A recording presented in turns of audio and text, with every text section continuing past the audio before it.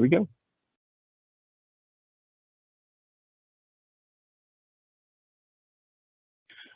Good afternoon, everyone, and welcome to Improving's Lunch and Learn. Before we get started, I want to inform you about the Q&A feature. There's a question mark icon in the upper right-hand corner of the presentation screen. By clicking that icon, it'll open up the question and answer feature, which will allow you to send the moderator questions to be delivered to our presenter, Richard Fox, at the appropriate time. With that, we're excited to present Richard Fox, Principal Consultant at Improving. He's going to be sharing with us Profit with a Purpose, Elevating Business Through Conscious Capitalism. Richard, the floor is yours. Great, thank you. Well, as said, I'm Richard Fox. I am a principal consultant with Improving. I'm out of the Houston office, and usually I'm a software consultant. I'm usually working with software and development teams, helping them grow. But I'm also fortunate enough to get to work with the Houston Conscious Capitalism Chapter to help grow conscious capitalism here and elsewhere. I have a wife and 4 kids I love spending time with, and they've really helped me to find my purpose and help me pursue it. And that is to help people around me grow and continue my own growth. So I want to point out my title one more time. I'm a consultant. I'm not a CEO or president. Those are titles often associated with leaders, but leaders come in many forms, and it's not always tied to a title. While some leaders have a larger scope and wider influence, conscious capitalism can help elevate companies, organizations, and teams at all levels and all sizes. People are what make up a business, and all people participate in a culture and influence those around them. So no matter your title or role, learning about conscious capitalism and understanding your purpose, even if it's beyond a paycheck rather than a business's profit, still has value for you. So when I talk about conscious business, also think about yourself and your purpose, as well as the larger organizations that you're in.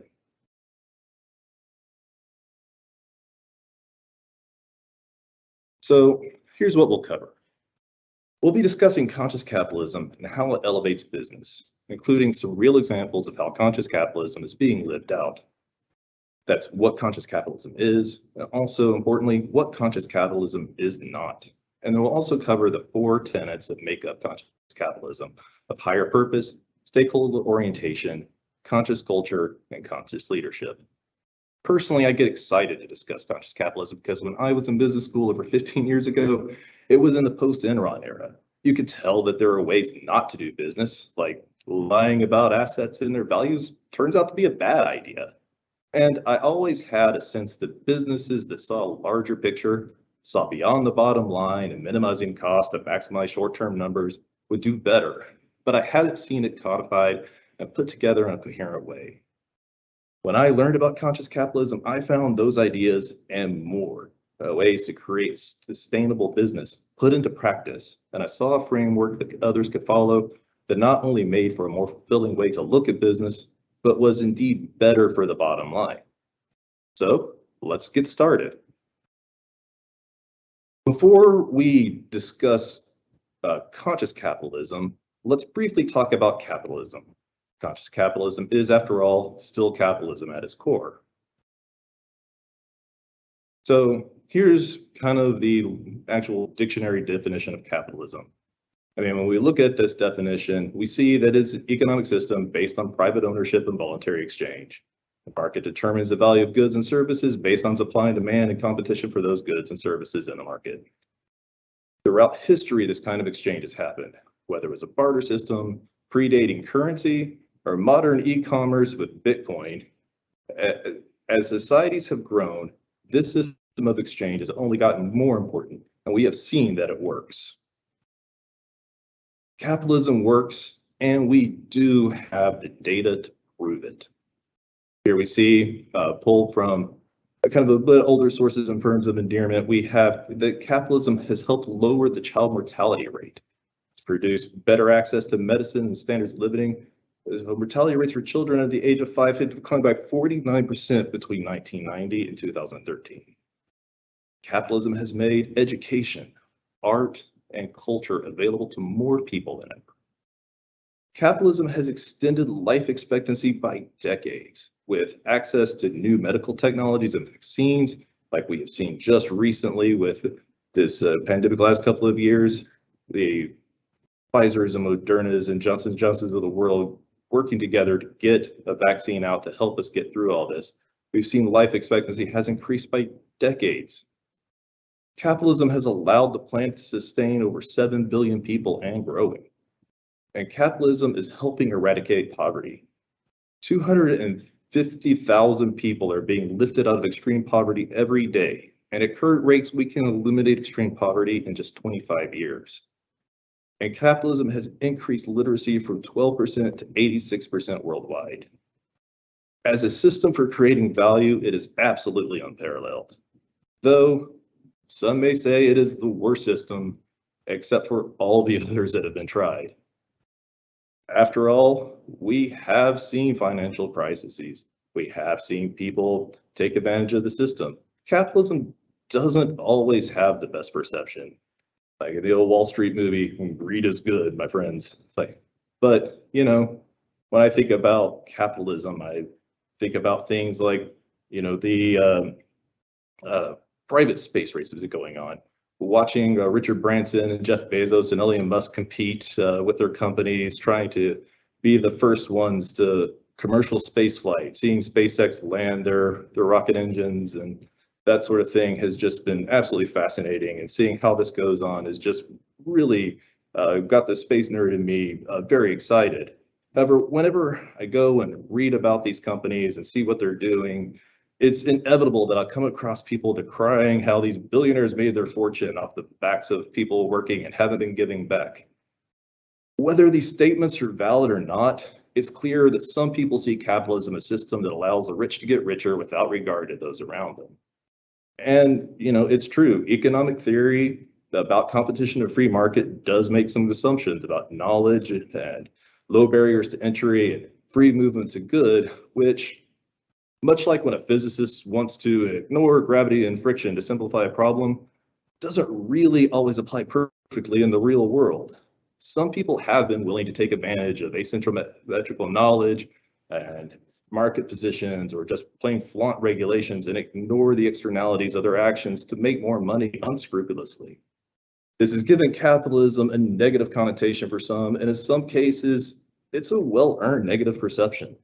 However, capitalism isn't zero-sum, and in fact is better for everyone when it isn't approached as if it is.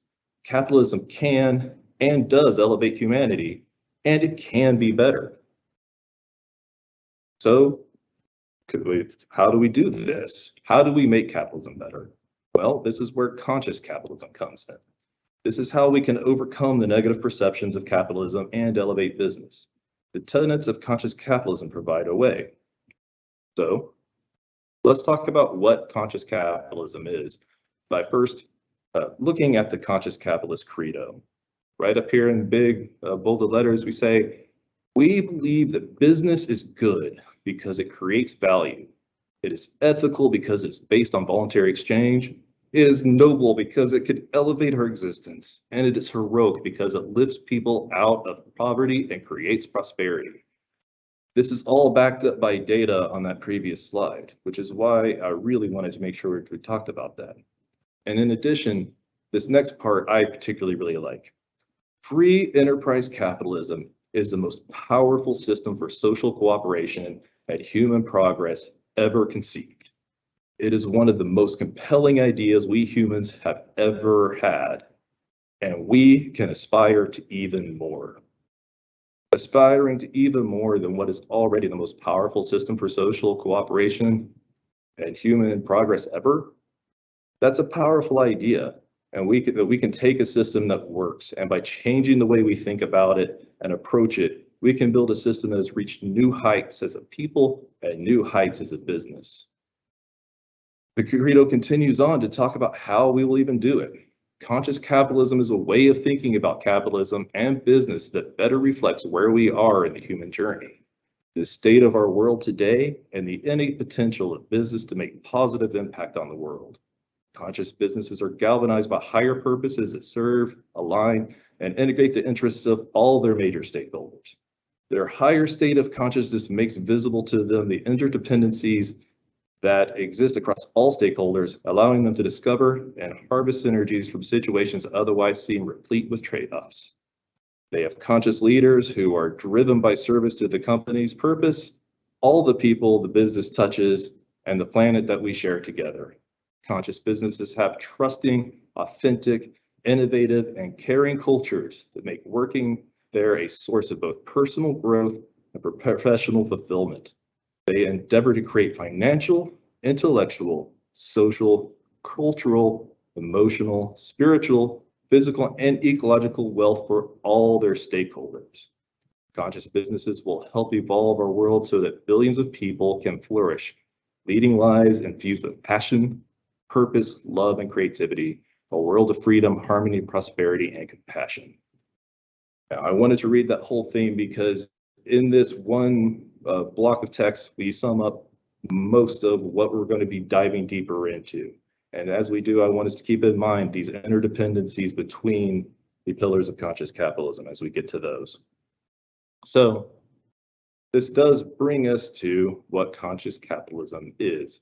Conscious capitalism is an organization whose purpose is elevating humanity through business. It's a lofty goal, but one that will create a better world for everyone while still driving businesses to succeed at higher levels. It will help with not just how business is perceived, but also with how it is practiced. It will do it by building the community of conscious business leaders and supporting businesses that operate on conscious principles. And as they succeed, that will create the positive feedback loop that will make the case for conscious capitalism. Already, just with the Conscious Capitalism organization, we see an example of purpose. Why does conscious capitalism exist? To elevate humanity through business. It goes on to state how it will achieve that purpose by improving the way business is practiced and perceived. And finally, what will be done to make that happen? Build a community of like-minded business leaders supporting business and operating on conscious principles, making the case for conscious capitalism. And I know you're probably thinking, hey, that sounds great, but I'm not running a nonprofit. I got into business to make money. It's like, well, good. Practicing conscious capitalism is not a charity or nonprofit. Conscious capitalism is indeed still capitalism. It's not giving up profits to be conscious.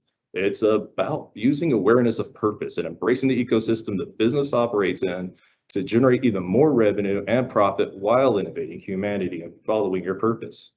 In the 2013 book Firms of Endearment, research showed that over a 15-year period, conscious businesses had outperformed the S&P 500 companies by 14 times and outperformed good to great companies by 6 times. Now, that data is a little bit old, but even if those numbers have adjusted for a while, you can see what year over year, a 12% outperforming by 12% or 6% or 8% would actually do to a company. This is achieved by having higher sales through integrating with the community, lowering costs because you're not having to overcome marketing to overcome negative perceptions of your business, and you retain employees. So you don't have to spend the money to hire and train and deal with all the extra turnover and headache that comes with higher turnover. We'll talk about how this is achieved as we go forward, but first let's get one more thing out of the way. So I'm going to tell you how to make more money. So what's in it for me? How much is being a conscious capitalist going to cost? Well, the good news is you don't even have to join conscious capitalism to be a conscious capitalist. There is information about conscious capitalism freely available on the Conscious Capitalism website and across the internet. There are many conscious capitalism and local chapter events that are open to the public. You can go to the Conscious Capitalism website and see the upcoming events coming here. Brought a screenshot of September's events that are coming up. And there are also plenty of books and articles available to help provide more information and go deeper into conscious capitalism. However, if you do get interested and want to get involved and become a Conscious Capitalism partner, you can join in with Conscious Capitalism and get involved with a local Conscious Capitalism chapter. Joining the community provides premier access to Conscious Capitalism's flagship conferences while fueling the spread of conscious capitalists around the world. The partner program is designed to deepen your practical application of the principles of conscious capitalism by working hand in hand with partner businesses to share their stories of value creation impact, and collaborate to create peer-to-peer learning opportunities and build a network of like-minded businesses to help guide you. So while you don't have to join conscious capitalism, it doesn't have to cost you anything to be a conscious capitalist, there is a network out there to support you should you choose to join. Hey, Richard, yeah, we had a question come in that's kind of aligned with really what you're talking about, and maybe you could expand on it a little bit. But the question was kind of simply that. It was, how would a non-owner get involved with the conscious capitalism movement? So, somebody that doesn't actually own a company or run a company, how can they get involved? Sure, and that's a great question. It's one that I have lived into myself here. I was fortunate enough to join Improving, which is a conscious capitalist company. So I was able to get involved with the programs that we have here. Further, I have been through this connected to the local Conscious Capitalism Chapter. Actually, the screen that I have up right now shows a map of the United States and highlighted, but also the rest of the world. You see that there are chapters in most major cities and in fact in most continents. So chances are that there's a conscious capitalism organization near you that you can get connected with that might be able to help be involved and spread the knowledge of conscious capitalism around the world. But also, like I was saying before in the introduction, being a conscious capitalist doesn't necessarily have to come from the very top. If you're involved in a team, maybe bring some of these principles that we're about to talk about into your team.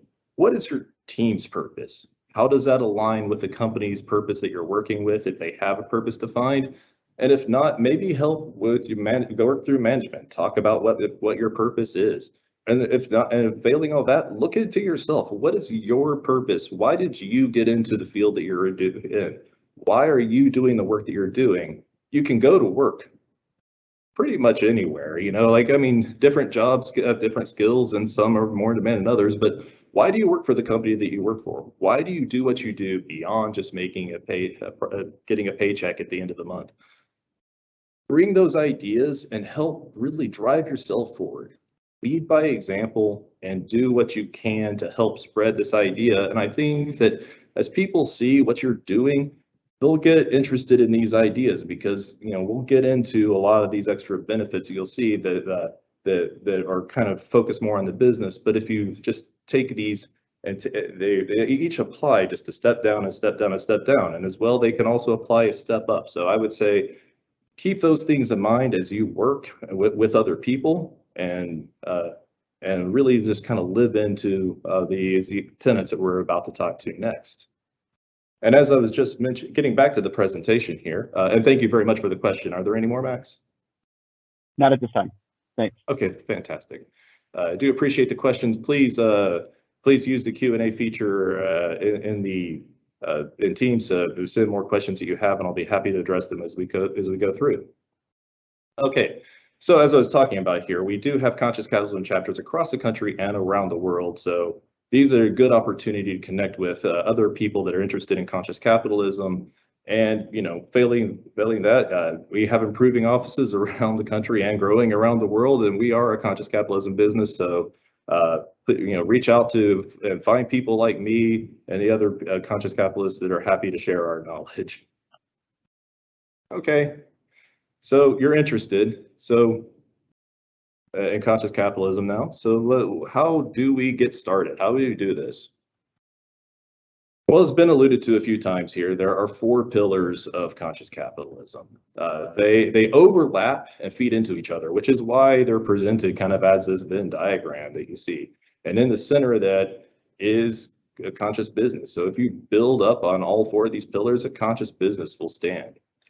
And I'm going to go through them in the order that they're shown here, because I think that when you're getting started, it's important to know your purpose. Knowing your reason for being will help guide you through what you're doing. So let's talk about purpose beyond making a profit. So your purpose provides direction. Elevating through humanity through business begins with knowing why your company exists, why you're doing what you're doing. Without this, you have no compass to find and stay focused on your true north. Business should exist for reasons beyond just making a profit. We see profit as a necessary means to achieving your purpose, not an end in and of itself. Well, purpose guides decision making in good times and in difficult times. So you can ask yourself, is what I'm doing or considering leading to fulfilling my purpose? Recent times have been full of challenges, and having that true north helps to know that the decisions you're making are the right ones. And then when things are going really well and growth is happening rapidly and it's almost hard to keep up with everything that's going on because things are happening so quickly, it helps you to have something to step back and say, hey, am I growing in a way that's sustainable? And is it in line with my values and my purpose? Edward Friedman has stated, we need red blood cells to live, the same way a business needs profits to live. But the purpose of life is more than to make red blood cells, the same way the purpose of business is more than simply to generate profits. Building on this, without enough blood cells, the body is weak and cannot perform to its potential and may even die. In the same way, a company without profit cannot fulfill its purpose. A business that does not generate revenue doesn't get to stay in business and cannot achieve purpose. So start thinking about your company's reason for being. Why did you start the business? You saw a need in the market that you could fulfill, but why you? What differentiates you what do you bring to the table? Why did this need that you saw call out to you? What does the company hold dear and won't compromise? What impact do you make on people's lives? And how will you use your profits to grow your business? Well, give you an example. In Improving's case, our purpose is to change the perception of the IT profession. Now, this came about when our CEO was at a CEO Business Leaders Summit, and a speaker in this room full of business leaders asked the audience, how many people here have had a positive relationship with their IT department?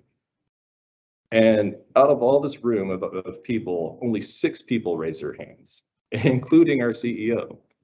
Now, as the leader of an IT services company, this, hit pretty personally. That's basically saying that what you do, the things that you are doing, people don't see positively. And so this galvanizes this purpose of, we're going to change that. And so among the ways that Improving is implementing this purpose is through building environments of trust and building those trust relationships with our stakeholders. This purpose continues to drive the company to bigger and better things, because after all, in order to change the perception of the entire IT profession, Improving must grow enough to be seen as an industry leader to be able to influence the perception of IT, not just Improving. So as Improving has growth opportunities, these are evaluated against this purpose. Does this help build trust with our stakeholders? Is this going to help change the perception of the IT profession? And you might be thinking, well, okay, I'm not really in IT services, so that doesn't really apply to me. What are some other, aspirations and purposes out there?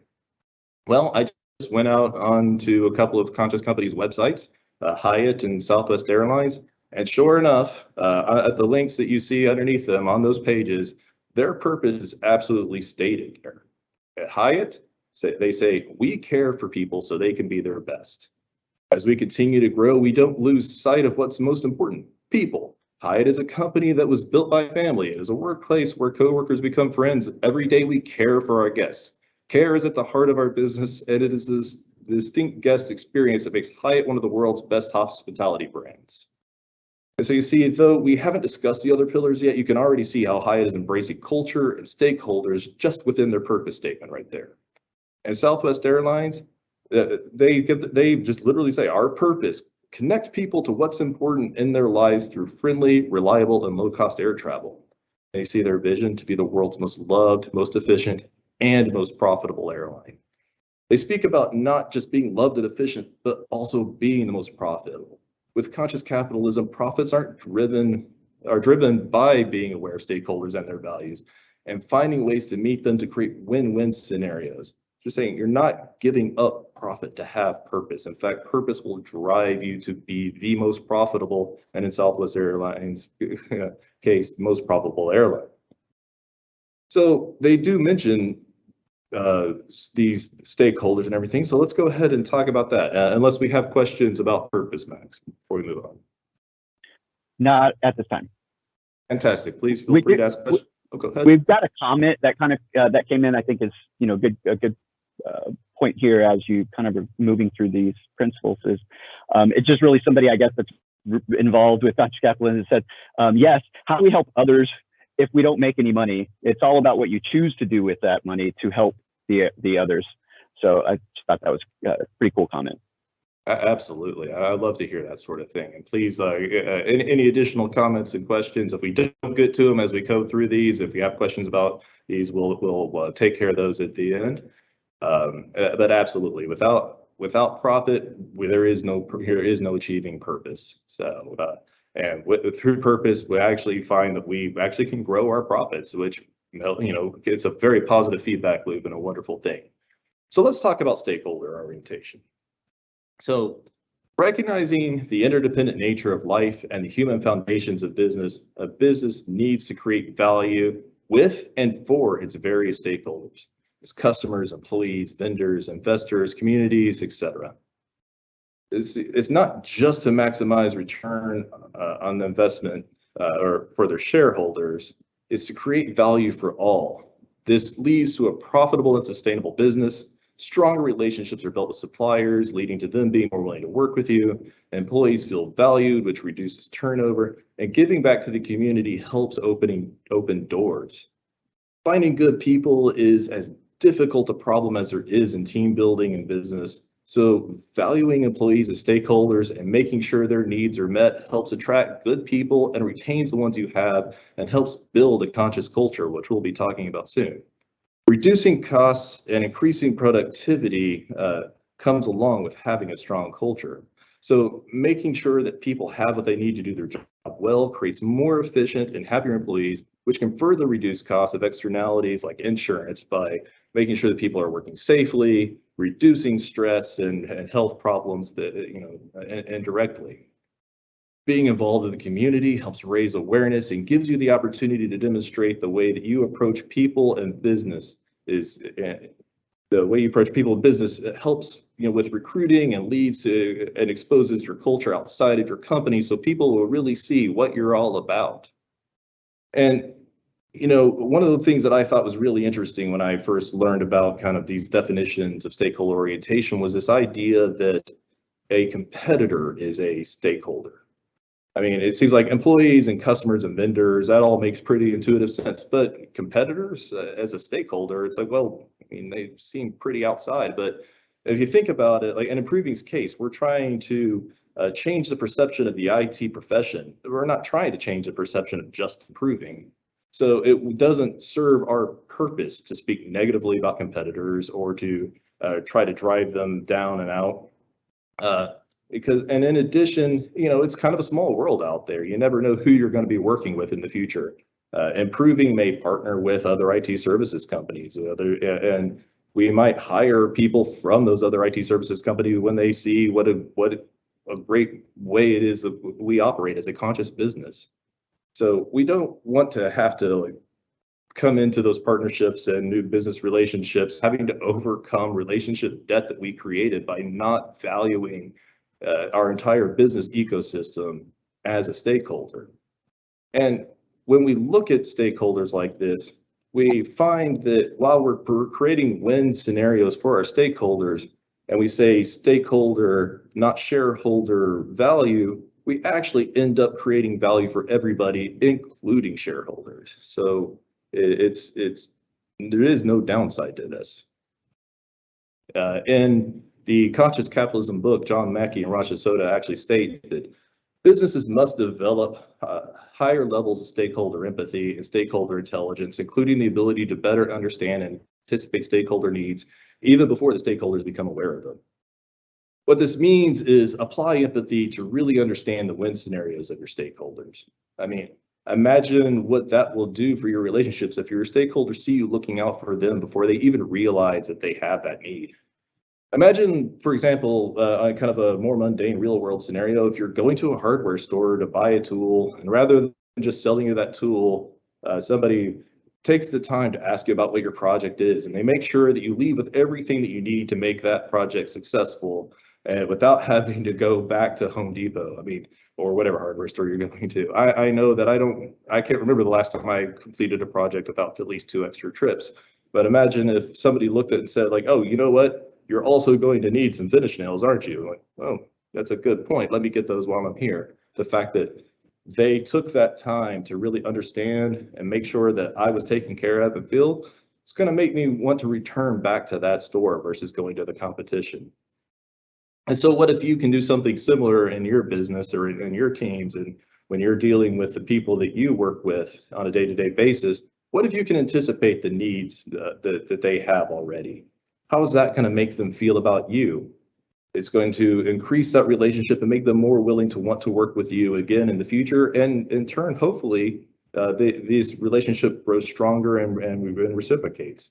But maintaining stakeholder orientation ends up reducing your need for marketing as you've already built that relationship with your customers.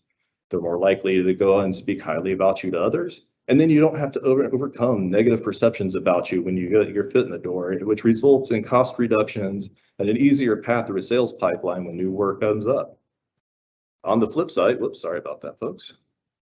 On the flip side, if you have a vendor with limited stock and you and another customer both need that item, as a conscious capitalism, you've probably always been good to work with them. You've paid on time, you've made sure that they are taken care of as a stakeholder as well. And, if they have a choice as to who's going to get that item and who's going to end up with a back order slip, well, all else being equal, if you've been good to them, they're likely to help you out. So by focusing on stakeholders, you don't give up your own needs. You find ways for everyone to win, further elevating both businesses. So to do this, as we got a sneak preview of before, we need to kind of identify who our stakeholders are. So here's an example of improving stakeholder model. As mentioned, building those environments of trust, we put trust changes everything right there in the middle. And then we start identifying kind of the categories of who our stakeholders are, and then kind of start listing out more specifically who they are. We have employees, we have full-time, part-time, the employees' families. These are all stakeholders to us. We have our communities that we work in, where we have offices. This slide's out of date. We actually have more now. And our partners and our customers, and we list these out, and we expand on these categories, so we really make sure we're capturing everybody that we have. And it all centers on trust. But once again, there's more than one way to do this. Here we see Campbell's and Whole Foods stakeholder models. These examples differ somewhat from Improving's, but all three stakeholder models achieve the same goal of knowing who your primary stakeholders are. Notice how Campbell's has the needs and desires of their stakeholders included, and Whole Foods has the values associated and the outcomes that they desire with theirs. It's important not just to see who your stakeholders are, but what their needs are, so you can work in concert with them and build the win-win relationships that really help drive both of you forward. And so now we're going to move on to our next tenet, unless we have any questions moving forward. No, not right now, Richard. Okay, fantastic. So let's talk about culture. The culture usually seems a little bit squishy, but it's really an important and vital part of a company's business. This is the ethos, the values, the principles and practices underlying the social fabric of a business, which permeates the atmosphere of business and connects the stakeholders to each other and to the purpose. People and processes that compromise the company. All companies have a culture, but not all companies intentionally develop the culture that promotes their values and purpose. This is why there must be a focus on the culture being fostered within the organization and how it connects with those outside of the organization to ensure that it remains healthy and continues to support your purpose. So how do you build a conscious culture? You can't just say, all right, we have a fun culture. We have fun. Everybody have fun. Go. It doesn't quite work like that. So in an article that another improver, Nathaniel McCall, wrote recently that I was reading on, that's available on Improving's website, that I thought that there was a quote in there that I appreciated very much, and so I included it here. Working in a company with a conscious culture means that my values aren't just statements on the walls, because I can see them in everyone I work with. If you have that in mind, if you see that a culture isn't just statements, you actually have to live into them, and then you see the other people around you living into them, that's when you know you have a conscious culture. Because if you walk into an improving office, you will see words on a wall: dedication, involvement, excellence. These are core values, and finding those core values, whatever they are for you, and encouraging everyone you work with to live into them is what makes the difference between having a culture versus having a conscious culture. With a conscious culture, people lean in and see everyone walk the walk and truly live those values. Building that culture is more than just giving perks. Just putting a pinball machine in the break room doesn't make a fun culture, especially if the culture you do have would keep anyone from actually using it. Providing opportunities for socialization can provide opportunities for the culture to grow as people have an opportunity to interact with each other and with leadership. Spending time away from work together helps create bonds that can be relied upon when work gets more intense. However, you can't just throw out a game and a refrigerator full of drinks and snacks and say, we have a culture. You have to make sure that you reward what you say you value in a culture. If you tell people that you have a culture that values flexibility with time, but then only people that are arriving early are reaping rewards, your words don't align with your actions, and that will be detrimental to the culture you're trying to build. It will make people further question if they can trust what you say and if that's what you really value. So make sure that the values expressed are the values you identified and live into those both personally and organizationally. If you value growth, make sure that you provide opportunities for growth. If you want people to socialize, provide those opportunities. Maybe hold the pinball tournament if you got that pinball machine. But keep in mind who is more competitive and make sure that you build what you intend instead of creating unhealthy competition. For example, involvement is one of Improving's core values. We have a program put in place to actually track and reward involvement.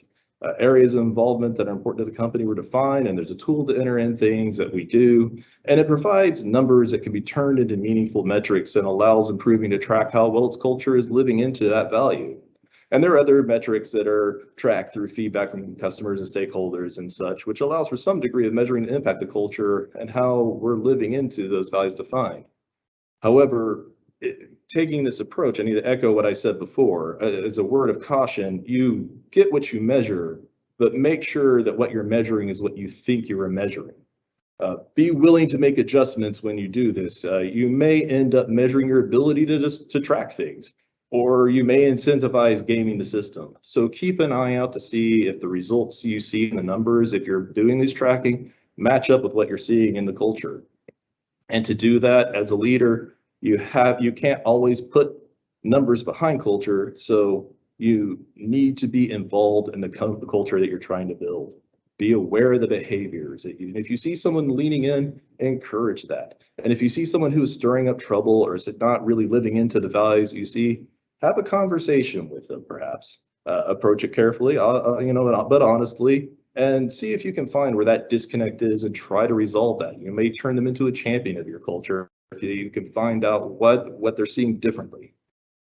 A culture must be cultivated by the leaders in the organization. And as mentioned before, not all leaders have titles to match, so make sure it's being led in the direction that you want it to go. And this segues us straight right into conscious leadership. I'll wait for a moment to see if there's any questions that come through. Not yet. Okay, fantastic.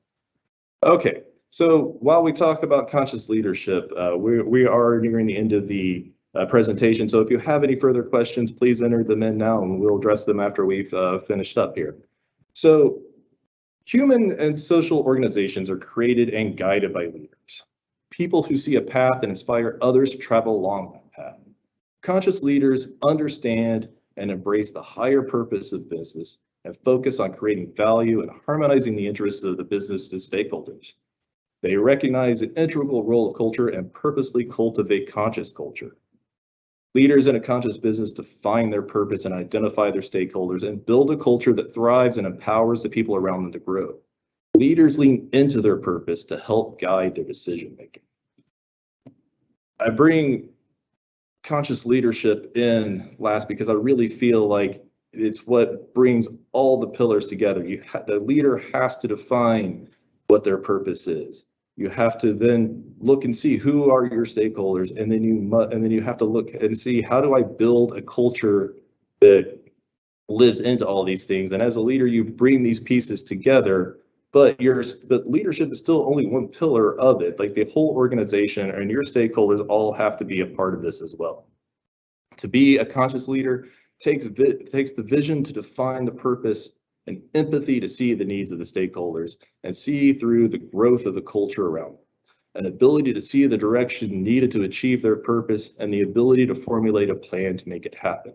So it takes all these kinds of intelligence, your emotional intelligence, your analytical intelligence, your systems intelligence, to be able to bring all these things together. And then you must, as a conscious leader, demonstrate a fearlessness in following your purpose with integrity to inspire others. A conscious leader demonstrates care for their environment and community and the people around them, and leads with a focus on others, knowing that they will be more successful if they do. It's the last tenet I discussed because it does bring all these things together. And so as we move on past this presentation, how as a leader would you formulate your purpose? What kind of stakeholders do you have as an individual, as a team, and as a company? We all have stakeholders we work with. And what are you presenting out to the world? What is a culture that you are leaning into? What are you providing out there to people? And again, how is that impacting those around you? These all are formed that come through leadership, and all need to be thought about and considered. So as we get to the end of this, we just barely scratched the surface of conscious capitalism. These are very high-level overviews of these tenets, a very brief dip into how you might start exercising some of these. So I wanted to provide some additional resources out there. As mentioned, there's the Conscious Capitalism website. There you can find information about conscious capitalism. You can find links to the websites of your local chapters and other information, presentations, videos, as well as the events calendar if you want to get involved and start attending some other conscious capitalism events. Your local Conscious Capitalism Chapter, as I said, which can be found on the main website there, will also have additional resources, and we host events as well. There's Conscious Capitalism book written by Raj Sasota and John Mackey, as well as a follow-up book, kind of a field guide to help put some of these things into action. And there are other books that have been written, kind of going all the way back to Ferns of Endearment, though, kind of a book that Raj Sasota wrote that kind of really kicked off a lot of these ideas, or really put them down and solidified them. And these authors, John Mackey and Raj Sasota, both have some resources out there. Raj Sasota has a very interesting blog where the articles are being posted, and has a lot of good information on there. John Mackey has a presentation that you can also just Google. The shortened link here. It might not be the best coming through video, but it is out there, and it has a lot of really good information kind of on how Whole Foods presents, came through the conscious journey. And also there's other articles out there. For example, the Entrepreneur magazine has some wonderful articles on operationalizing conscious capitalism, getting started there, and also the Harvard Business Review and many others. And so I'll leave you with a few questions to ask yourself as you think, how can you embrace conscious capitalism? Ask yourself, why does my business exist? What value does my business create? And how can I align what we do with our purpose? How can we create more value for all stakeholders? And how should we change our hiring and promotion practices, if that applies to you? And how can we create a workplace full of trust, joy, and meaning? I think if you start asking yourself those questions and start applying the answers to what you do and the environment around you, you'll find yourself leaning into becoming a conscious capitalist without needing to really dig a whole lot deeper. And I think you'll see a lot of value there, in which case you'll probably want to dig a lot deeper, in which case I absolutely encourage you to reach out to Conscious Capitalism, your local chapters, and find the books and articles out there to take you on your journey. I challenge you to use your business to improve the lives and create value for all stakeholders. And with that, if there are any further questions, I'd be happy to address them now. Awesome, Richard. I think you did such a great job that you actually answered the last few questions when you were wrapping up. But just to kind of reiterate those, one of them was, hey, could you, provide any information on how to see if my city has a conscious capitalism group? I did post a link to the Conscious Capitalism website in the Q&A board. So I would assume they could probably go there, right, Richard, and do a search and find whether or not there's a chapter in their city? Absolutely. It's up there in the top menu of the main site. You'll find local chapters, and while you're there, you'll find lots of other good resources to help get more information about conscious capitalism. Right, and I think you also dug into, one of them was just, you mentioned some books earlier. Could you talk about those again, which you did end up bringing up, so really appreciate that. But with that, we want to thank everybody for attending today's Lunch and Learn. And Richard, we really appreciate you sharing. As a reminder, this session is being recorded and will be available on Improving's virtual events page. It's at improving.com/virtual-events. Will typically be up by Monday. With that, we at Improving hope you all have a wonderful weekend. Thanks, Richard. Thank you.